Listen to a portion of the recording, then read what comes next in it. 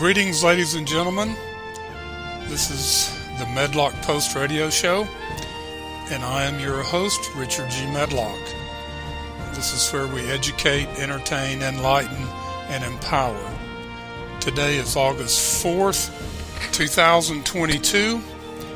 Today's episode is Thoughts for the Day. That's right, Thoughts for the Day. This is episode 31. We're continuing to move forward and enjoy your support. The views and opinions on the Medlock Post radio show are the views and opinions of the host. They are not necessarily the views and opinions of Spreaker.com, its corporations, affiliates, or any other podcast streaming services. So there we are. We got the business taken care of. This is our theme song, Days of Glory, because the days of glory of America are not over, and America is still standing because of we the people, because of a system of society that the Founding Fathers put together that will survive the attacks that are happening at this time. We're just not going to keep putting up with this mess. We're pushing back, we're standing up, we're speaking up, and more people are joining the movement.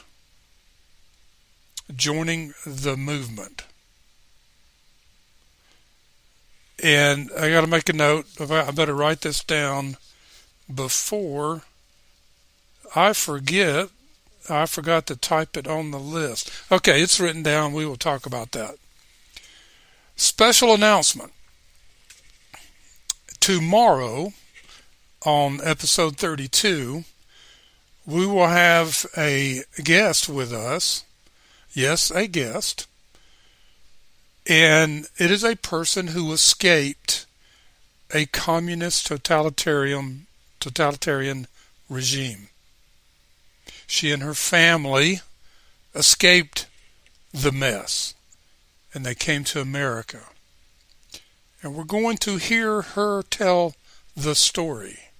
It's a fascinating story. I've heard it before. That's why I asked her to come here.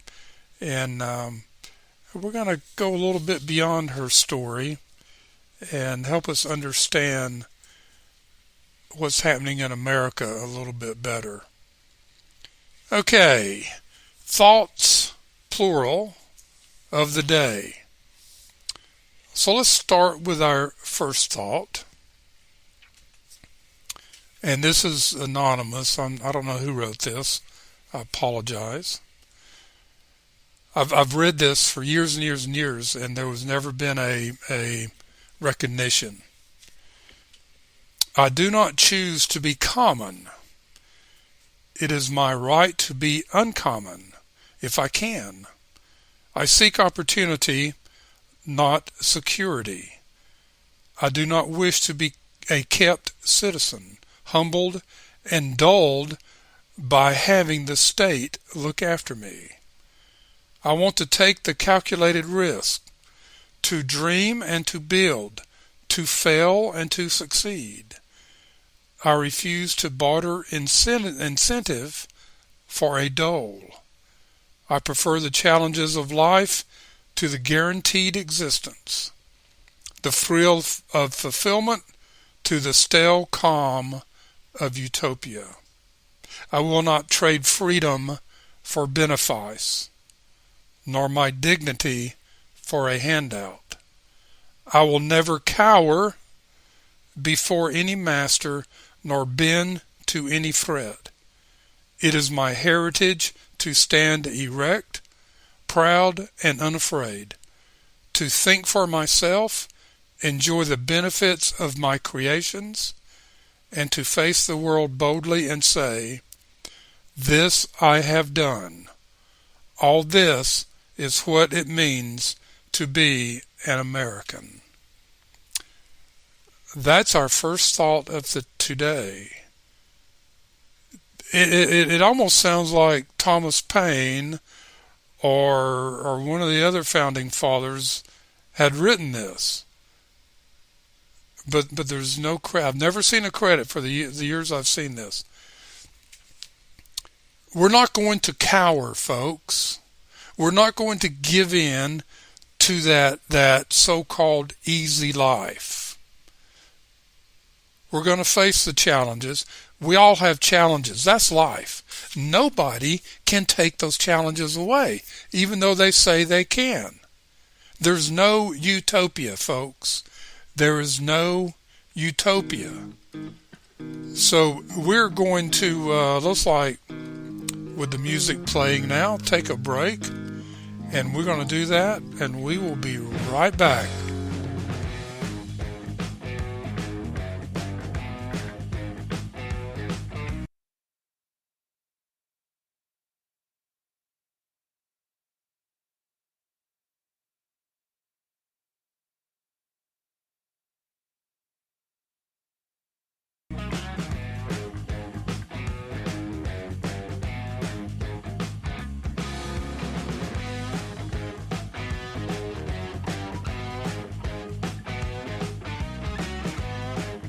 And we are back. This is the Medlock Post radio show, and I'm your host, Richard G. Medlock. All right. Quick messages there. All right, so let's take a look at just some things that are going on the last couple of days. I was in a whirlwind the last couple of days. I did not have time to do a show. I got involved with something. It's a good something, but we started up Tuesday and it was going Ghostbusters. I might talk about that a little bit today. All right, Trump is on a roll. Tuesday was primary day in 5 key states. Trump, his endorsed candidates all won the Republican primary. Every one of them. He's 153-10. Now, if you're a sports fan, you know that if you've played 163 games and you've only lost 10, you're a champion.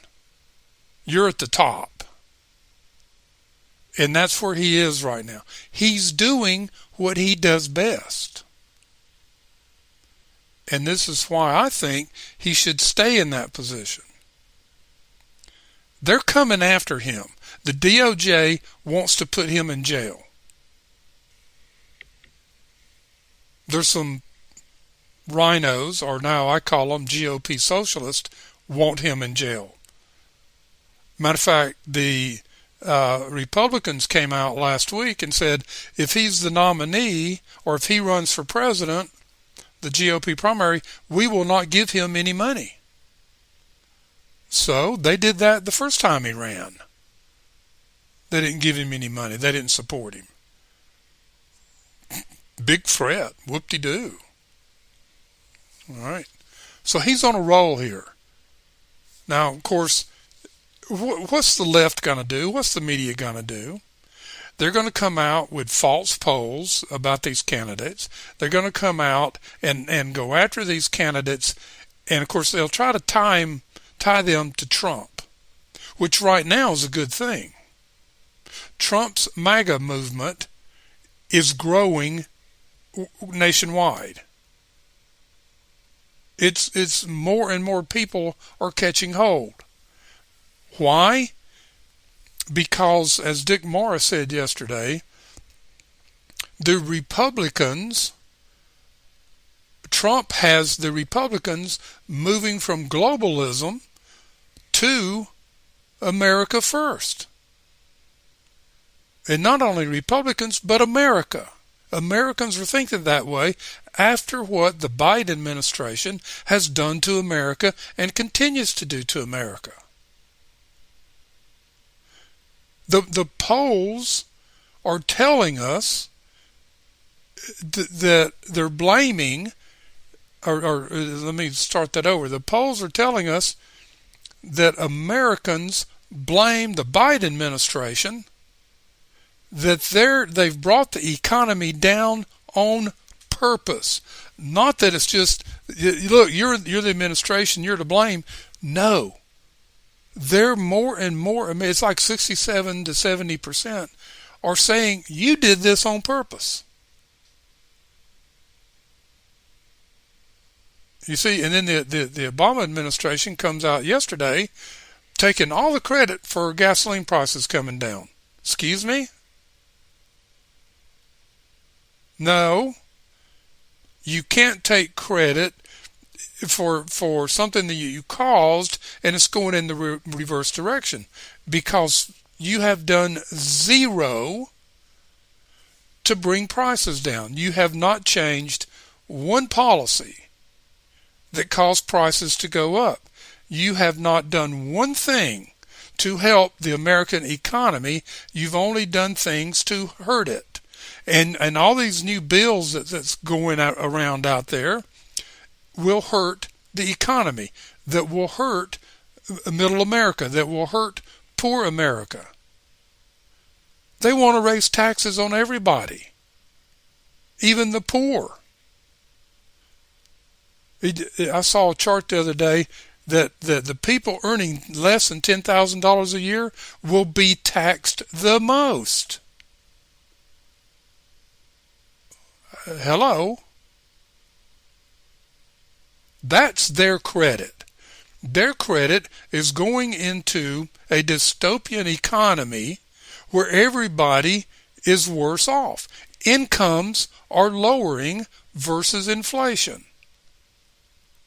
Now, yeah, some people are getting raises, but it's not enough to offset inflation. Inflation's here for a while, folks. It's not going anywhere. So this great American Biden recession of 2022 is biting everybody in the behind. And come November, it's going to bite the Democratic Socialist at the polls. And they think that's not going to happen. But it is. Now, I have to tell you, I filled up gas yesterday at a Costco. $3.29 a gallon. They're 30 cents a gallon cheaper than anybody else in town. All right. The chip maker bill. It's still being touted as this great, beautiful, loving creation to help the Intel industry. Here's a fact for you. I mentioned this last week, or when I talk about it. The chip industry did not need any money. A report came out, it was either last night or this morning I saw it. The chip companies have over $250 billion in cash sitting there. So why did the federal government have to give them another $76 billion? They didn't. They did this in the guise so they can get control of that industry. They threw out taking China out of the industry and kept that in there. Schumer kept that in there at the last minute. It was actually a phrase, anti-China, to get them, all Chinese companies, workers, and everything had to get out so they couldn't steal the industry. He threw that out at the last minute. So the Chinese still have open access to all of our technology. But the other is a $280 billion bill. The other $204 billion, most of it goes to creating green energy. So does the Reduce Inflation Act of 2022. There's no reduction of inflation anywhere in that bill. And there's like $736 billion going to green energy. So between that bill and chipmaker, you got almost $1 trillion of money we don't have that's going to green energy to do away with fossil fuels. Which is a joke, folks. Fossil fuels drive the economy of the world. Not just America, but the world. Are you seeing what's happening in Europe? They're going back to coal. They're forgetting this green energy garbage, this climate change stuff. Why? They're being forced to because Russia's cutting off their supplies. So they say, hey, we'll go back to our old resources. Now, I saw a poll this morning that said that almost half of Americans favor the Inflation Reduction Act because it promises by 2030, 8 years from now, 7.5 years from now, that they're going to greatly lower greenhouse emissions. Well, folks, there's not much to lower. We're so low now, it's ridiculous. We're the lowest greenhouse emissions in the world. That's the hoax of this thing. It's a great big hoax.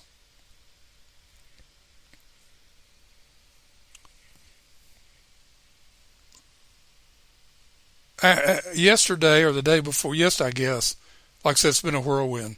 Biden did this access to reproductive health care. Ladies and gentlemen, understand that the phrase reproductive health care is just another word for abortion. It's like secularism is another word for atheism. And Marxism or progressivism is another word for Marxism and fascism. So it's this word game they like to play. There's no reproductive health care here. It's abortion. I saw a poll this morning. Travel for abortions is up 5,100%, 5,100%. Now, I don't know how they came up with that number. It's probably a phony number. It's probably a phony poll. I just saw the headline.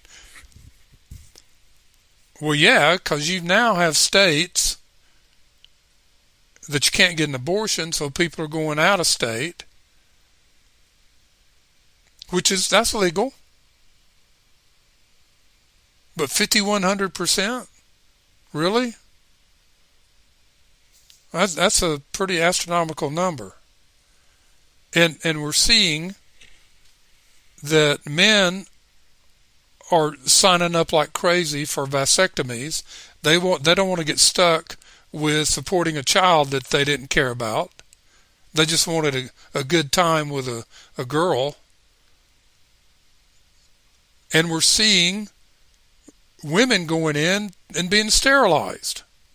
Those numbers are going up. Because the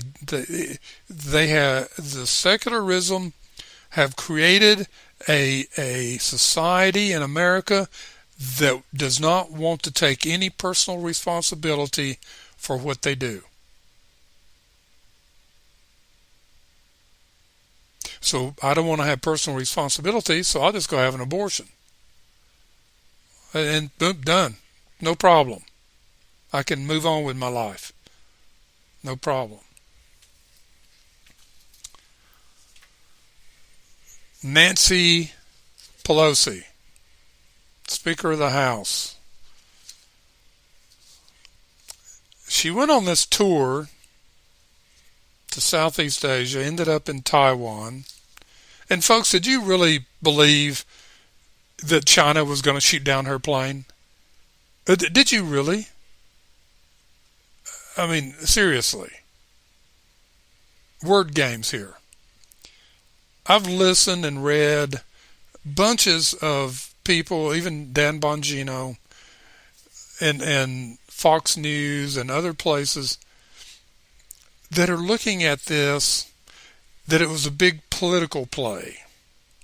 Well, in some ways it is. But she went over there. She didn't accomplish a thing. Matter of fact, she might have stirred up problems in Taiwan. Biden didn't want her over there. Did he? Did he not want her in there? I don't know. You never know with this administration what kind of games they're playing. Pelosi played this game. But here, I started thinking about this, and this is where my critical thinking comes in. Crazy critical thinking.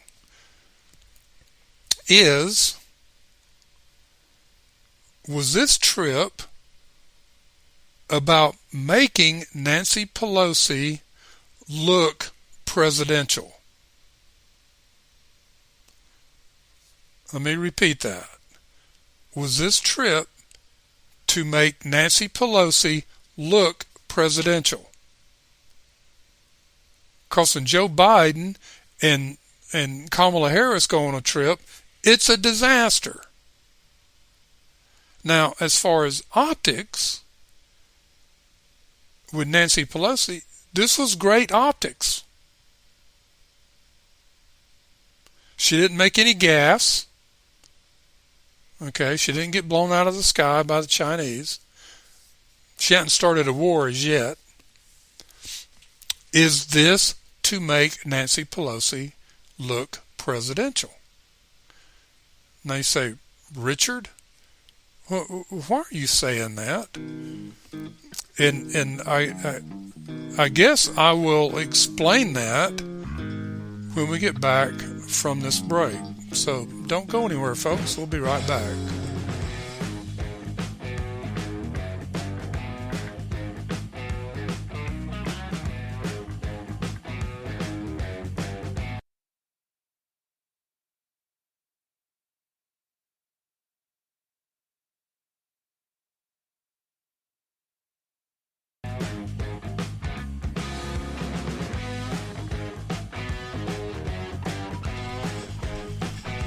And we are back to some rockin' music. This is the Medlock Post radio show, and I'm your host, Richard G. Medlock. Yes, I know you're probably sitting there, Richard, keep playing that. Let that thing rock. Alrighty, maybe we'll do that later. Alright, why would they want Nancy Pelosi to look presidential? Here's my critical thinking question. We know the Democrats want Joe Biden out of the way. Do they also want Kamala Harris out of the way? So think of this scenario. And I've run this past you again, but this is a new crinkle. Joe Biden, for some reason, whether it's illness or what's going on with Hunter Biden, and guys, if you think the Department of Justice is going to prosecute him, think twice. This Department of Justice will not prosecute Joe Biden's son. So that's a small possibility of going out. Or they just run him out of office. They go into the 25th Amendment and take him out. 27th Amendment, take him out. Kamala Harris becomes president. Let's see, they want her out too. So they take her out. They get Nancy Pelosi in there. Remember, she's Speaker of the House until the end of December. No matter what the elections do, even if she loses the election, the Republicans take over the House, she's still Speaker until the end of this session of Congress. She could end up possibly as President of the United States.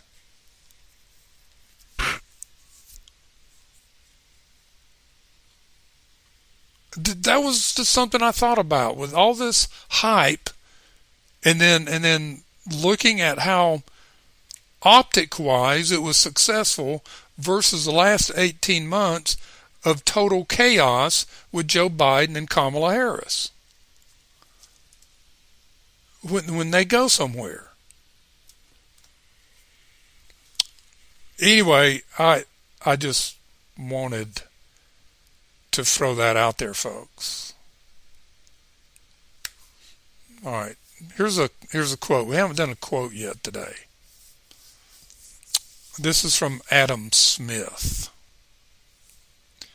Individual ambition serves the common good. Individual ambition serves the common good. Individualism, and this ties back in for the thought of the day I read there. I want to take the calculated risk. If I can, I seek opportunity. I do not wish to be a kept citizen. I will not trade freedom for benefice, nor my dignity for a handout. I will never cower. Individualism, folks. Ayn Rand talks about individualism. Founding fathers talked about individualism.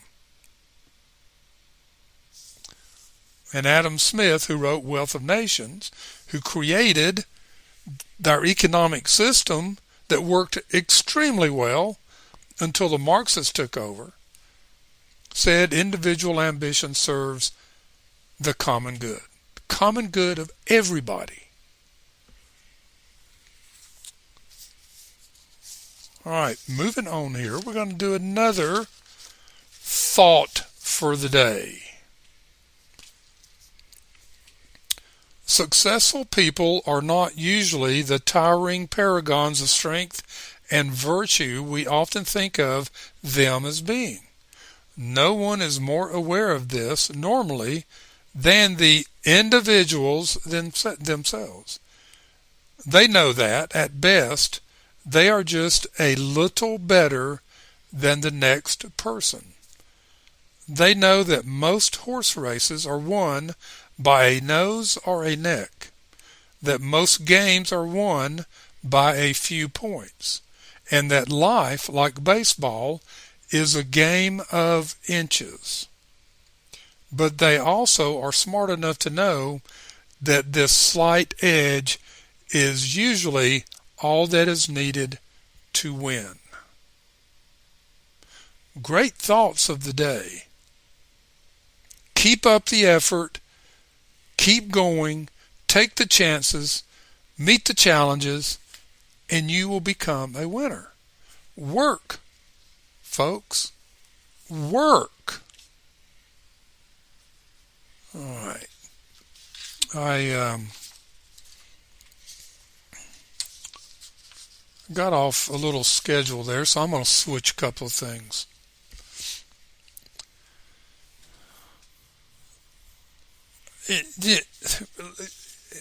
All of you hear me talk about intellectual takeout, right? Great newspaper, online, of course. And I'm looking for my glasses so I can read this. I found my glasses, folks. Anthony Cothran, another author at Intellectual Takeout, wrote an article, The Confusing Logic of Gender Ideology, a Quiz. Anthony, this is genius in my book. He says, no one should accept the new transgender ideology unless he can answer the following 10 questions with answers that actually make sense. Making sense. Reason, right? Question 1.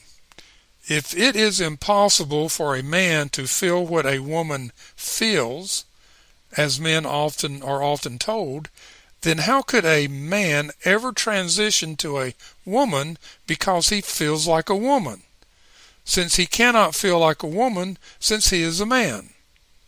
And wouldn't he therefore be unable to transition from a man to a woman on the basis that he feels like a woman?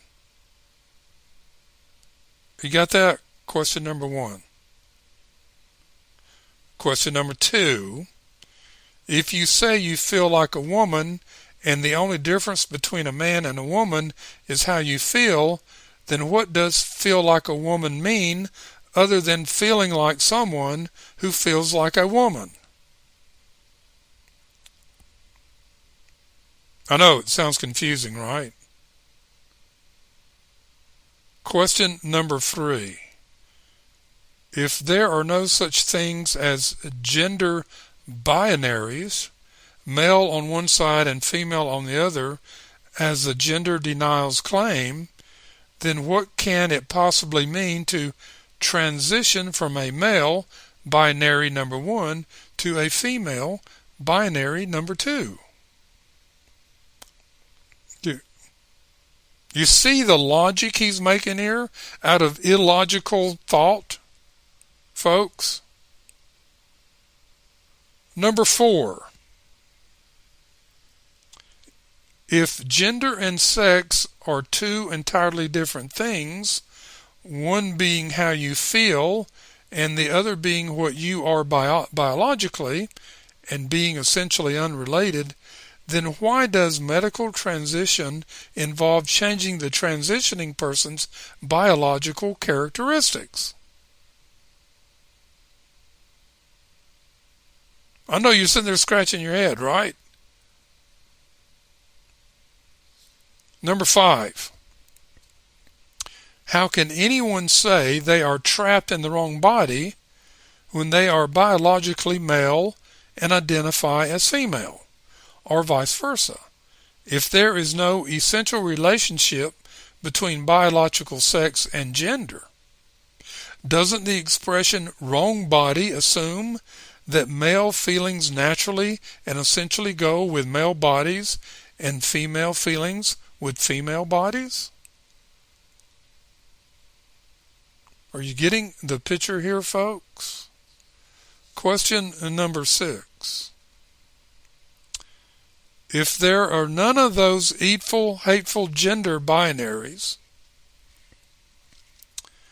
then why do transgender men often present themselves in what were formerly masculine modes of dress and take on masculine characteristics, and transgender women who identify as female dress as traditionally female dress?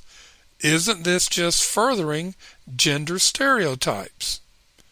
Check out Caitlyn Jenner. Illogical into logic is what Anthony, what's his last name, Cawthron, is doing here. Critical thinking here, folks. If you were to pull this article up, The Confusing Logic of Gender Ideology, and go through these questions and really look at them, that we don't have time to on the show today, you're going to sit there and come to the same conclusion, all right? This is all a bunch of phony baloney. Okay, number 7.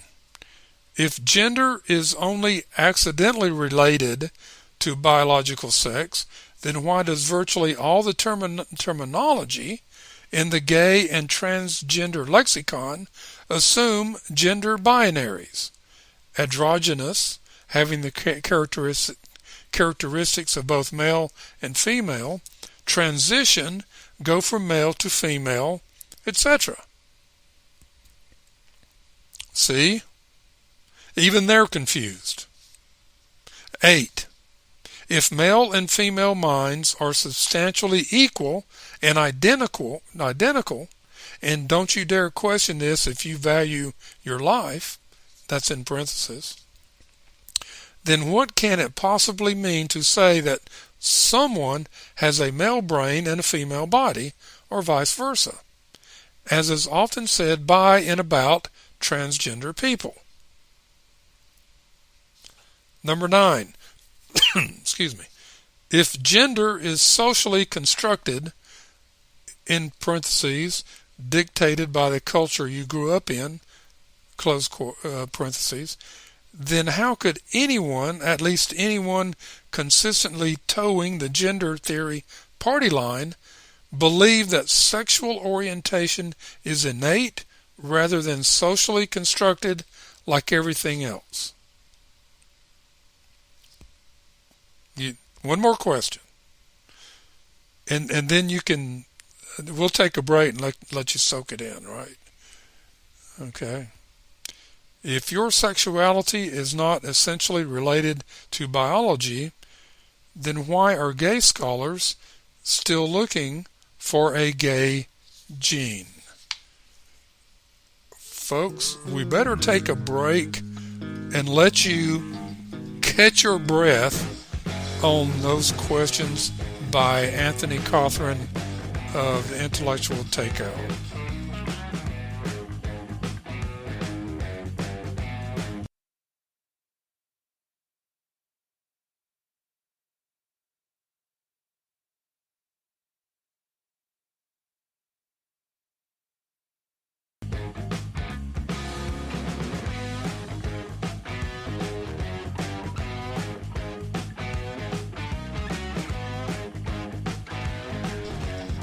We are back. We want to be back. We love to be back. This is the Medlock Post radio show. And yes, I'm Richard G. Medlock. So many things to talk about. Dwight D. Eisenhower said, quote, "Only our individual faith in freedom can keep us free." Only our individual faith in freedom can keep us free. I agree with that, folks. I normally don't read quotes I don't agree with.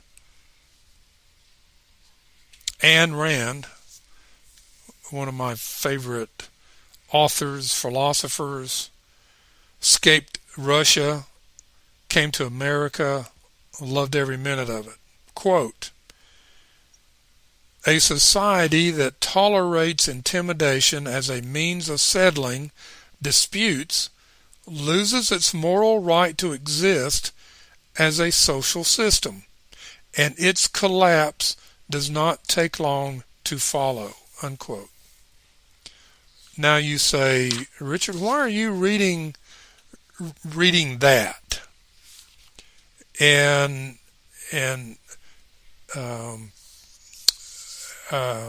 boy, did I lose my place here today. That's okay. We're flowing. Why did I read that quote about basically mob rule? If we let the mob rule us through intimidation, we're done as a society. Here's an article in Fox News.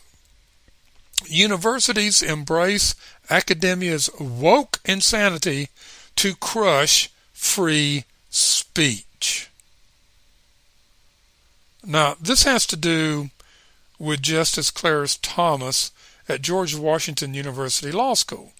He taught a class there every semester. Very popular. But after the Roe versus Wade decision, a bunch of students came out and said, and even some faculty said, "We don't want him here anymore. He doesn't fit our agenda." Well, students, it's not your agenda, it's the university's agenda. But the universities now have adopted Marxism, which is wokeism, and crushing free speech. So it's a shame that Thomas felt the need to withdraw. He said, look, it would just be confusing, it would be unsettling that I'd have to have so much security and I'd probably get heckled in class. It's not worth the effort.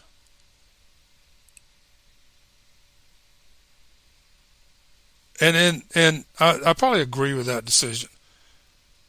The university tried to stand behind him, but Marxism won out here. But the parents are pushing back on American colleges promoting DEI initiatives, diversity, equity, and inclusion. It's not what it says it is.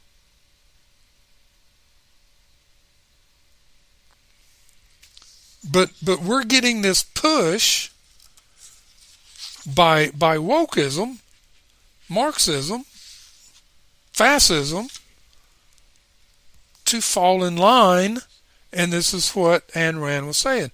If the mobs rule, society is gone. If we're intimidated, they win. And society changes for the worst.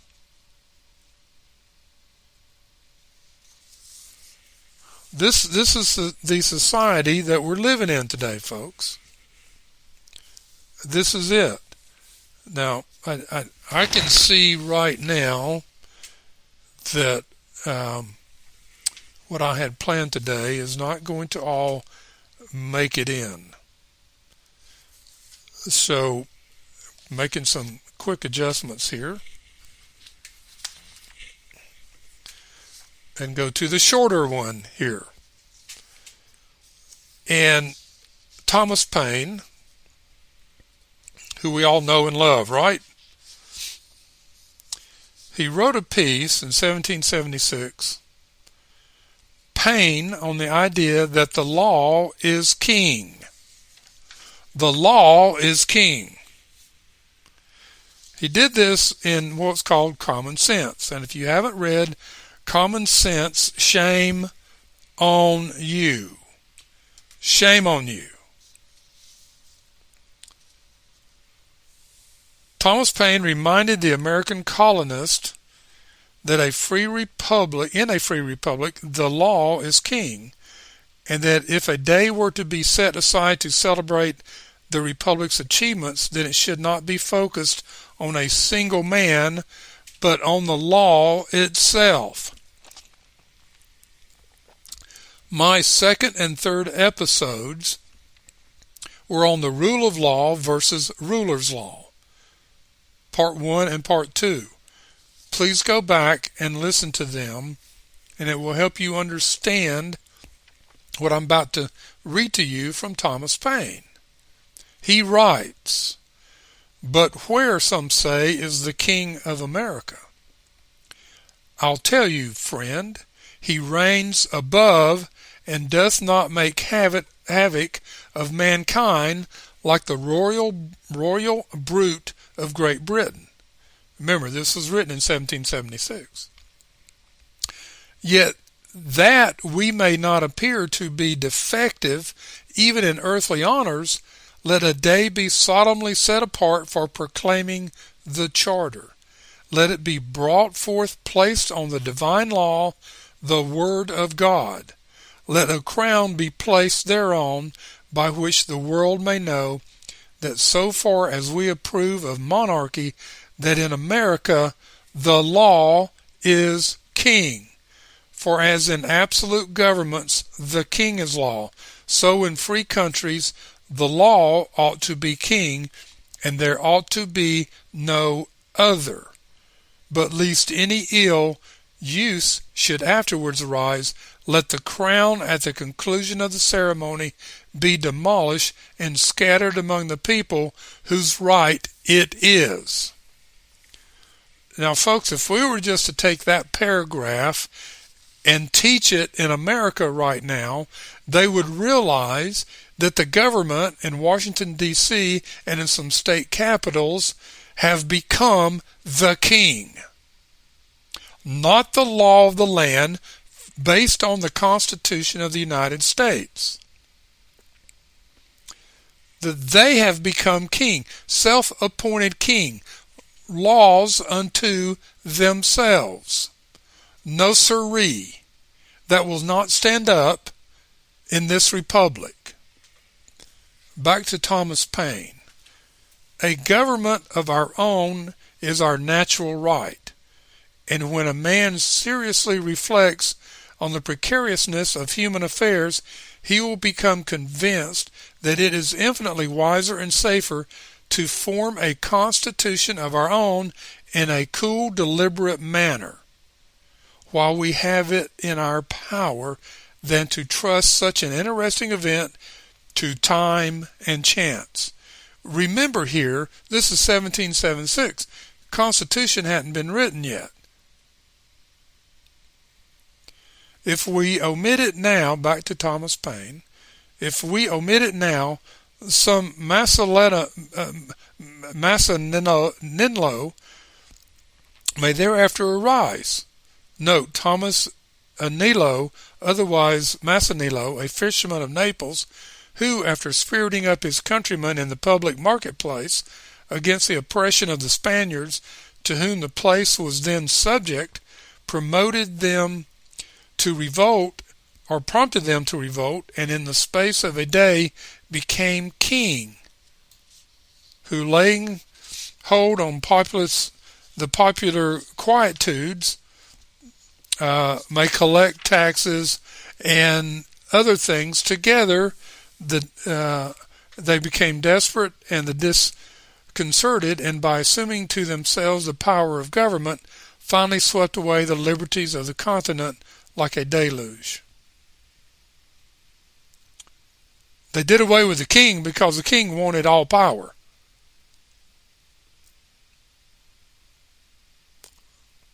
In common sense, Thomas Paine galvanized the American public with the thought that full independence from Britain was possible.